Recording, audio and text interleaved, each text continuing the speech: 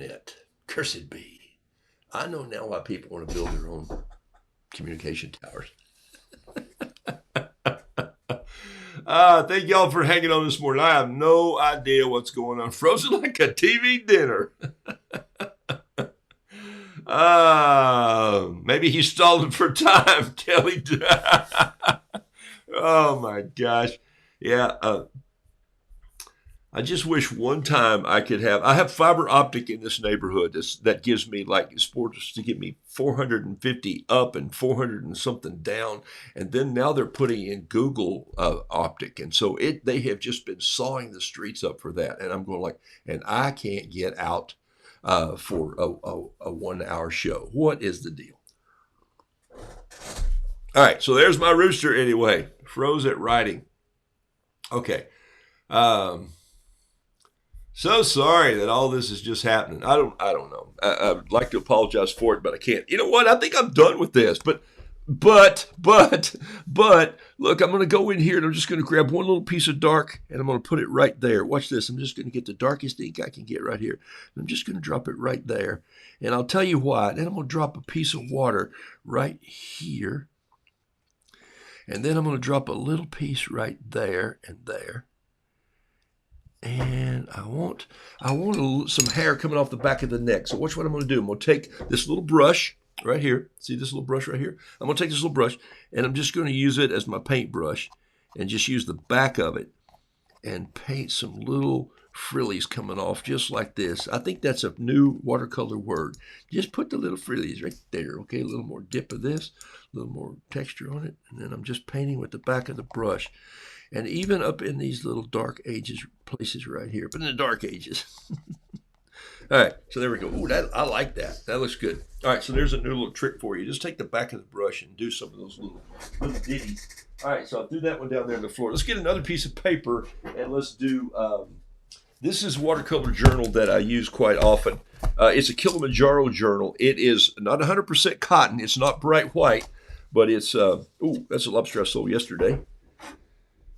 And so I love this little journal. It's a little smaller than the other one. Man, if I had a brain, I'd be dangerous. If I had a measuring tape. Let's see what size this is. It is 5.5 by 8. Okay, so you understand that paper is cut that way for a reason, right? Somebody a long time ago decided that paper needed to be 8.5 by 11, so that way you cut a half a sheet, you got this in a booklet. And also somebody came along and said, oh, everything must be framed 5 by 7, 5 by 7. That's how it should be framed. And so if your paintings fit within that realm and you put a mat on them, you'll come out pretty good most of the time. Do I pay close attention to that? Of course not. That's not my problem. I am not going to let a piece of paper, the outline, get in the way of the way I want my painting to be. Someone just asked me, would I repaint a lobster or a chicken that didn't have the leg painted on the paper? And I wrote the caption that said, dang, artist, why don't they plan ahead? This is the third time he's painted me and my right leg is missing. And he wants that because he wants it in his office, or she wants that. And I said, okay, fine, we'll do it. All right. All right, so here we go. Let's see. Are there any, I'm going to check if there are any questions other than, hey, you're frozen. You have noticed a gummy skim from the top of your watercolor pans after they have dried. Yes, not on my watercolor pans, Jason. Not a skim so much here because I keep these fairly dry, but ink will get a skim on it. It'll look like when you boil the milk too long. And so that's an ugly stuff to mess with. If you can't free that up, then just scratch it off a little bit. In this case, I do. Here's something that I think I do. Okay, so break from painting to tell you this. The reason I still use a small closed palette like this to paint with after years, the reason that I love this so much, I know this seems absurd, but the reason that I love this so much is because I can take only a little bit of my paint in the tubes, which stays moist and rich and pigmented, if there's such a thing it can stay. And let's see if this thing's still working here. I'm just double checking here. I think we're still rolling. I'll start looking at this more. And so what happens is is that the reason I use smaller tins like this is because at the end of the time, does it stop all the air? No, but this gets put down in my coat pocket or in my bag in a dark, cool place, and so it doesn't dry out as much. So it's easier to wake this up, hello, with a little touch of water, and it's easier to come in the mornings and turn this over, or even lay a piece of paper across it, or a piece of, some people put plastic on it, some people put it in the freezer. Look, you all are going to have your own beautiful ideas. There's a million of them. Just find what works for you. If I told you this is the way to do it, and it's the only way to do it, I am going against every rule that I believe as a watercolor instructor or teacher or leader or a person who thinks like an artist. And they say, hey, I do it this way and it works great for me. And I go, then don't stop doing it that way. But if you don't have a way to do it, then I put less paint. And I got one more thought for why I keep it this way. Less paint in smaller pans lets me insulate it better. If I put this out on a flat pallet, for instance, even this, or even one of those bigger pallets, or a wooden pallet like all the artists, the masters used to paint with, or a plastic sheet. If I put it on that, I've got more surface area to catch heat, temperature, and air, and outside air, and it's always harder to cover up. And people who lay wax paper over all their paints, and then they wind up laying something on it. And when they peel it off, half of their paints peel off with it. And I go, and then you got that all over your hands like art. And I just don't want to do it that way. So for me, I'm only keeping the surface here. And I don't fill these until I really need it. And then I'll put some in there. And so for me, that's a better way to keep my paints live and well and in a smaller half pan, okay? So, Kelly Berger, I know it's a great little idea there. And masterpieces can be matted and framed still in the standard. Yep. And Pat, you guys who cut mats and who frame and who take it to frame shops and do all that. Listen, I had a frame shop I had a gallery and who had a frame shop, and they actually said, you know, your paintings would be a whole lot easier if you just followed a format. And I said, your framer would be better if he would just frame pictures and not tell me how to paint. And she looked at me and she said, I said, oh, was that rude? I'm sorry. That was just my rebuttal. I'm not angry at all. I thank you for your comment, but I'm not going to change just grabbing a scrap piece of paper. And that's what Kelly's saying here. I'll grab a ripped off piece of paper like this. You see this? This is Jason. This is just a little sketch that I did in this book. I did not trace this. I literally just looked at the picture that the artist drew. He said, want to know how to draw buildings? Start somewhere and then just keep going. Look up and contrast it. I didn't do this contour. I looked. But my point is I just started here, and then I started scaling down things with my little pen, and I came on down, and then I finished it. This is Saint Michelle, and I want to go there someday. So I just took this off my board. It's been hanging over there for several months, and that's where it's going to go back. But I want you to see that. So here we go. So this is a little piece of paper, and on this, I'm just going to paint a bee, and I'm going to do the bee in ink style, and I'm just going to do him just rough and ready right here. And I'm just going to grab a little bit of this ink, and I'm going to grab it. We need some,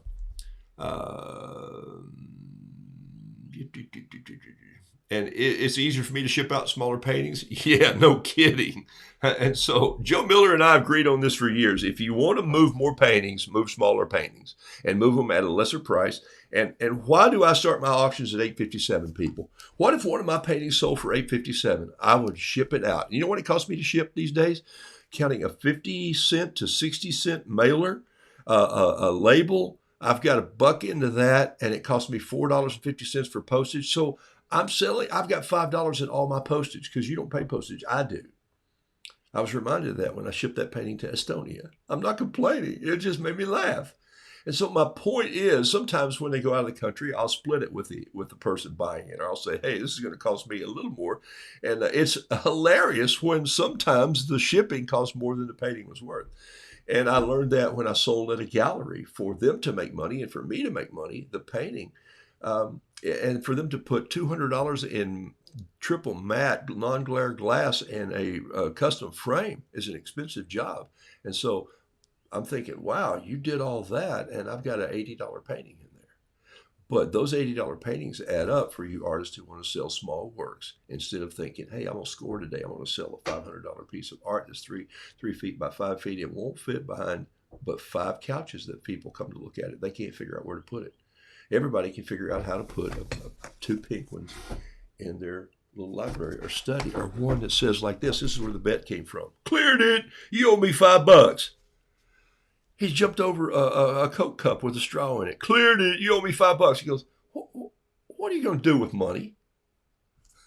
All right, here we go. I think I had some ink on here before I started waving it around. I was going to paint a bee, and I went to get some of this, and I interrupted myself. Here we go.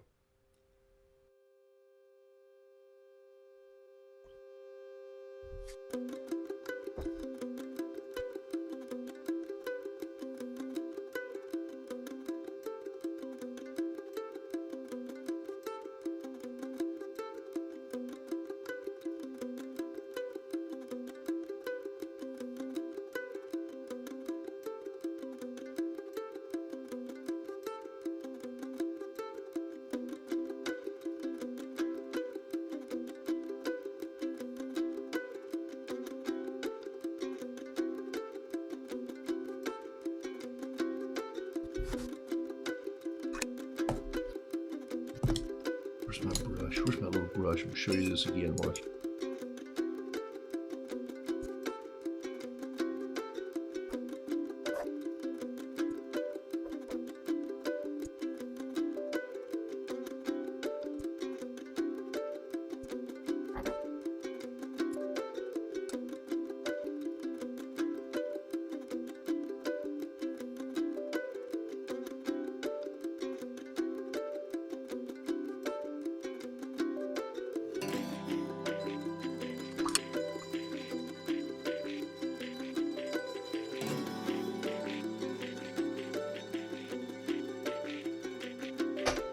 Bumblebee.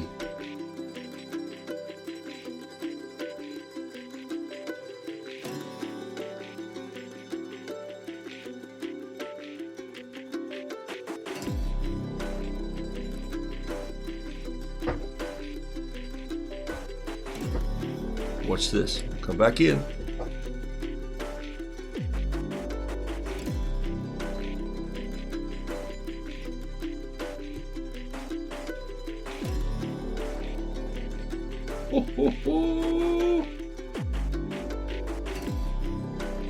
Way too big a brush to paint this with, but that's what I wanted to start with, just to show you how it can be done. Look at this. Come in here. Look at him come together. Oh my gosh. You see that little piece that's run away there? So what? Who's that going to bother? Anybody? Doesn't bother me.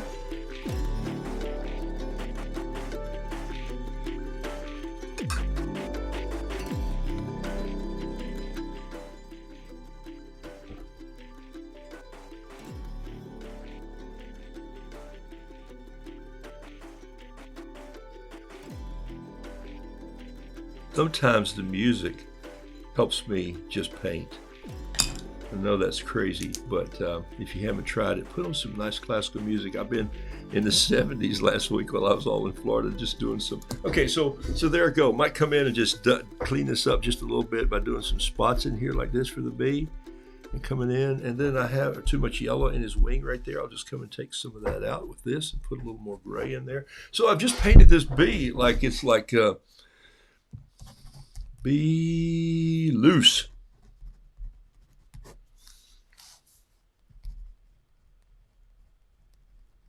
All right. There you go. Boom. Oh, sorry. There he is. Be loose. Okay. No sketch, no anything. Just letting the ink and a little bit of paint do what it needs to do. And so I could do this with an ink pen. I could do this with a Pentel. I could do this with a Lamy. I could do this with my Metro liner, with my, it's probably never far from home. Let's see, it's in my pocket, I think, this morning. Ta-da! My Kakuno, there it is. My favorite one of all time when I'm in a restaurant with my little Altoid box. Yes, look, it came back. No, it didn't. It's a new one, but it's still small. And there it is. That's it right there. So that's what I'm carrying with me in my pocket. When we were traveling last week, I think I counted up that I gave away 23 different paintings. Oh my gosh, I have to tell you the story. Wednesday morning, I'm running out to a meeting, and I stop at Dunkin' Donuts. Why wouldn't you? And I stop at Dunkin' Donuts, and they know me there. They go, hey, what's happening, Roo? And I go, well, I just need a medium coffee, and I need one of those little wraps this morning because I didn't have time to make my Julia Child omelet. And so, but I've got a little time to sit down here and doodle something. And so, so they gave me that. And yes, it is sour cream donut, which I really, no, I'm not a donut fan, but I like their little wrap. I'm not a donut fan from, never mind, we won't go into that. They're not a sponsor yet. And so, so I was just doodling. I had this little paper with me right here. I had this little book like this. There's that's from my notes. That's King Rehoboam, and he's a biblical king that didn't do too well. So his face was on a coin, and so I drew a picture of him. So I had this there, and this mom walks in. And I'm thinking she's off today, or she's on her way to work, or drop her kids. She's in medical garb. So I think, wow, she's a nurse probably, PA. I'm thinking, wow, she's got 3 children. And the smallest one barely cleared my kneecap. But man, she was like, dude, I'm here for a donut. And so you got to love it. I mean, I got 7 grandkids. And so I just saw them walk in. And they went over and they sit down. I was sitting up at a bistro table, and I'm drawing here. And so they looked over at me, and I just smiled and went back. I didn't want to, invade their space. So they were talking, and the mom brought the donuts over, and they were having this. And so I thought, they each need a B. So I did this B, and I thought, what am I going to write on this one? And I just did them really quickly, just like I did that B. And I wrote, be kind. And then the other one I wrote, be creative. And the other one I went, be curious. And so as I got ready to leave, I just ripped off the little page, and I took it over, and I said, hey, you 3 look like artists to me. Now, can I give you something? And the little one looks up at me, and she goes, no. And her mother looked at me like, sorry. And I said, you get this one. Be kind. And her mom just cracked up, and I said, and the other girl went, and I went, you get be curious, and you get be creative. And they went, this is perfect. And just like that, but the mom told me a funny story. She said, we were leaving the grocery store the other day, because I go everywhere with these 3 kids. We were leaving the grocery store, and this guy was going to roll our stuff out behind us. And the little one turns around and she goes, you're not supposed to be following us. That's not good. I go like, you trained this child well. Anyway, so my point is, giving those paintings away to people outside and about, it's just a great way to do marketing for you as an artist. It's also a great way for you just to spread some cheer up there that you need to be doing. I got about 5 minutes to go. I'm going to paint one more. There's my B. How am I doing? I've got 1, 2, 3, 4. I'm not going to make it because I talked way too much this morning. But let's go to another piece of paper. Let's just go to a piece of that drawing paper, bigger size that I just had. Here's a piece of the drawing paper, big size. Oh my gosh, there's a violin that I've done in there, but I won't do that right now. Here, we'll just do the crab that I always do. I always do a shrimp or a crab, and so we'll do this crab. The one that I really like to do is he's kind of like this. You see me do this crab many, many times. He goes out, there's his eye, here's another eye, comes down like this. This leg comes up, and it's got another claw in it. This claw is kind of weird. Crab claws are kind of strange. They're hinged a little differently than lobster claws. And then there comes a line in here, and this line, and then there's a leg that comes down, and one that comes out this way. And I never finish these crabs. They just never get finished. Why? Because I like the style of just my looseness, and so it also means that I can paint them quicker. And so here I am with making this one in black. I haven't done one of these in total black, but let's do them like we did the rooster. Let's drop a little water in there first in some of these areas, and just like this, and watch what it does. See, the different paper, this is only 80-pound sketch paper. It even lets that water turn loose more and lets your ink turn loose more. So now when I go in here, and I don't want this as dark, so I want to come in and I'm going to grab one of my graduated inks here, maybe this one right here. And I'm just going to grab some of that, and I'm just going to let it start to just wash in here, just like this. I don't even think you can see that, can you? Heck no, I'm such a moron. Okay.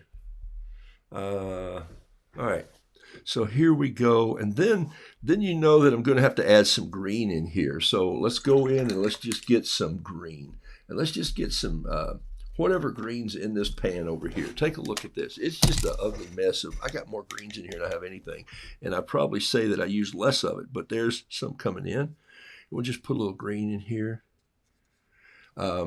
Well, that's about the second time I've almost put my brush into my tea. There's a little blue running down, and just have some blue out here because, I mean, after all, this guy's at the ocean, so we just want some of that. Let's be real careful about how we paint the ocean. Let's just be careful with that. And then come in here and get some orange because I love those claws when they got a little bit of orange coming in on the legs. And so let's just do a little splatter of orange here and come back. And then I'm going to grab a little bit of this some more of this black ink, and I'm going to splatter it right in there and just let it sort of go in and just be a little messy. And this messy crab is going to come out of that with all, I think we need a little bit of brown, and I'm getting some anyway, but I'm going to come in here with just a touch of this quinacridone gold and just let it come in. I call it brown, but it really isn't. Just because I call it something doesn't mean that it is. I never talk too much about colors because, well, it doesn't matter. What matters is, does it look like it's something you wanted it to look like? So there's my little crab, and so this is, what's this? This is a crash crab dummy. Okay, Roodoodles.com. I didn't even spell my name right on this one. Okay, so there's the crab. I'm going to put him over here to let him dry. So that's 1, 2, 3, 4, 5, 6 with the penguins. And let's see. And I didn't do, all right, so hold with me here. I'm going to change papers one more time. Can he do it in, it's 10 o'clock, but I'll do it anyway. Here we go. Here's a little piece of Bristol board, and I don't hardly ever paint on Bristol board. So here's the piece of Bristol board. Bristol board, this is a 100-pound Bristol board, and it's a 9 by 12 piece. So I'm just going to do this like this. And let's see here. Here, let's do it the easy way. There we go. Just rip that right in half with my scissors. I grew up in East Tennessee, so those are scissors. Okay, let's draw him with an 07 pen right here. And here's the shrimp of the day right here. He's going to go like this. He's get his head out, and then he's going to get in here like that. Going to see that. Look at this thing go sandwiched all the way down. Come back in like this, and then the tail here. Here's his feet coming out like so. That was a huge one, so we can let it make 2. Let this one come out like so. This one here, got a little bit of this in here. Put the eye up here like this. Maybe drop a little. And this is where this will come in. All right, so we need a little bit of shrimp music here. Let's just go for the fleece mob. All right, so let's grab a little of this. Come in, and just in these spots, just grab a little bit of the ink and let it start to run like this. Okay, I don't do many black and white shrimp, but I'm going to do this one in very, very light. Just a dusting of it here. So I reached into here where I barely just had any ink left. And I'm going to take this and wash it all out for next time. But you can see how, and by the way, it's beginning to skim a little bit here. But I'm waking it up, and you can't tell the difference. I'm going to get some heavy and run right in some of these, what we call the vertebrae or the joints here. What's that old line? Doctor, my knee only hurts in 2 joints. My head only hurts in this. He goes, well, stay out of those joints, right? All right, so there's a little bit of it. Now what I'm going to do is I'm going to grab some of this yellow and orange and red. Yellow, orange, red here. Just grabbing some of these colors, popping them in like this. You see that going? I'm going to grab a little bit of gray up here. And then this one will come in, and I'm just going to hit some of the highlights here to just give that a little bit of a tint. Okay, I just want it a little bit so that we know that he's been to the water. I'm going to grab a little bit of red right here, just always coming out. That's too much. Erase it while it's hot. That's perfect right there. Going to put a little bit of a blue eye. Why? Is it really blue? Have I researched it? I don't know. I have. But it's blue because I want you to see it's blue. Might grab a little bit of rose up here. Rose? Yeah, it's just because it's going to come across like pink. You know, just grab a little bit of pink in here and just let it run down like this. And then we got to get some blue up in here in the joints, just right here, just like so. And a little bit of green because, once again, he's an ocean creature. I want one little spot of darker black right there. Just put in and let it just wander around. Drop a little clean water on it and just let it go like that for a second. Oh, shoot. Okay, let's see. There he is. So he's coming together. And I think what makes him look better to me is just another little spot of orange somewhere. So I want to just go with some really wet orange. And I just want to drop it right in there. And maybe here. And there's a spot. And then a little bit of blue in the ocean. And a little bit of water on top of that. And just blow the splash out a little bit. Don't you love what happens when you do this?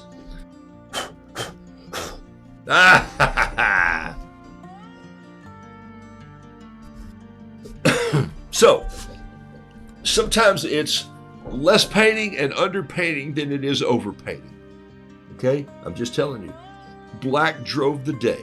Contrast, and then added that touch of color. Let's call it a splash. That was a splash. This one needs one more splash before I go today. It just needs one more splash. It needs a splash right here. It needs a splash like this. Then we'll turn it like this.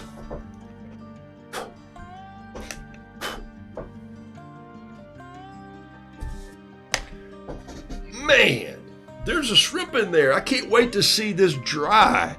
And so, how fun is that? Buffering a tad, we're about to lose it, Jason says. So, let's get out of this piece of music, and then I'll say goodbye to you. The 07 pen is hard for me to use. My colors get way too muddy for me. Guess I need more practice. Yes. Go to an 05 or go to an 03 or just change pens completely. It's part of your style. Once again, you're not chasing my style. You're chasing your own style. Did you just hear what I said? You are not chasing my style.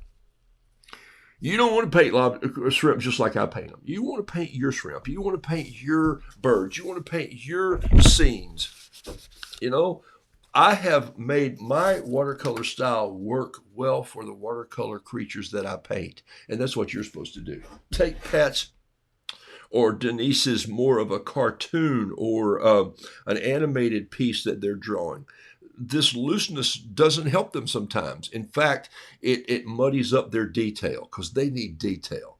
They need eyes and they need fingers and they need something happening. Chris Whitaker needs that detail. Cindy in her faces could use this maybe if she was doing abstract people. But in most cases, you need a little bit of that. What captures your images you're pushing in your style. If you're frustrated that you can't paint like somebody else, then praise God for that. Paint like you're supposed to paint. Give the world what you do. That goes back to Noodle, Doodle, Fiddle, Piddle. And if you don't own that book, it's been out for a couple years now. Get it. It's on, go to Amazon.com and order it. Pat and I would appreciate it. About once a year, we both have hot dogs, dinners with our family.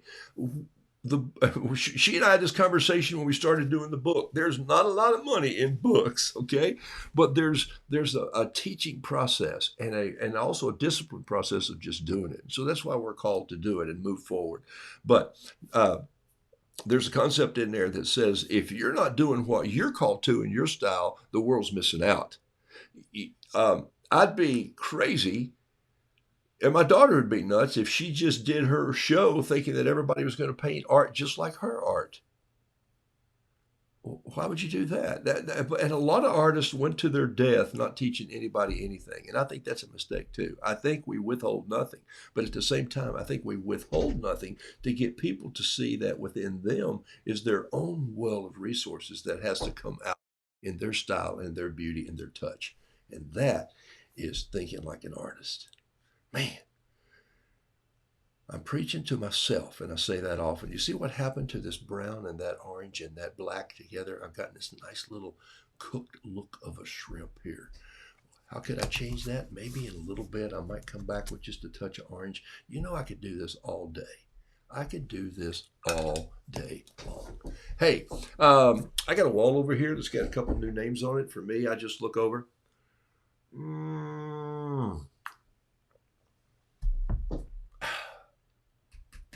I find somebody that I can text, call, encourage. I sent 2 out before I started the show. I'm going to send another one out now. Blessings to you. Have a wonderful Saturday. Have a great, we're about 2 weeks away from winding up February. Can you believe it? March, I am in Black Mountain, North Carolina, starting on the 26th to the 31st. I'm teaching an in-person workshop there. It's called Canuga. There's spaces in my class, probably a lot of spaces. In fact, I think we can meet in a phone booth right now. So if you want to be really close and learn some art. No, but I have several people in my class, and we're going to splash our way through that week in a beautiful way. Trust me, we're going to lead from the bottom and have some fun.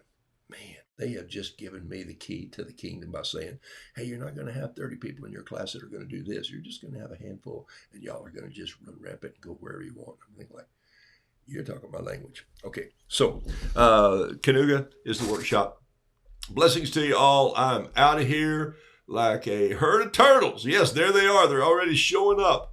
Blessings to you all. I'm gone. Where's my harmonica when I need it?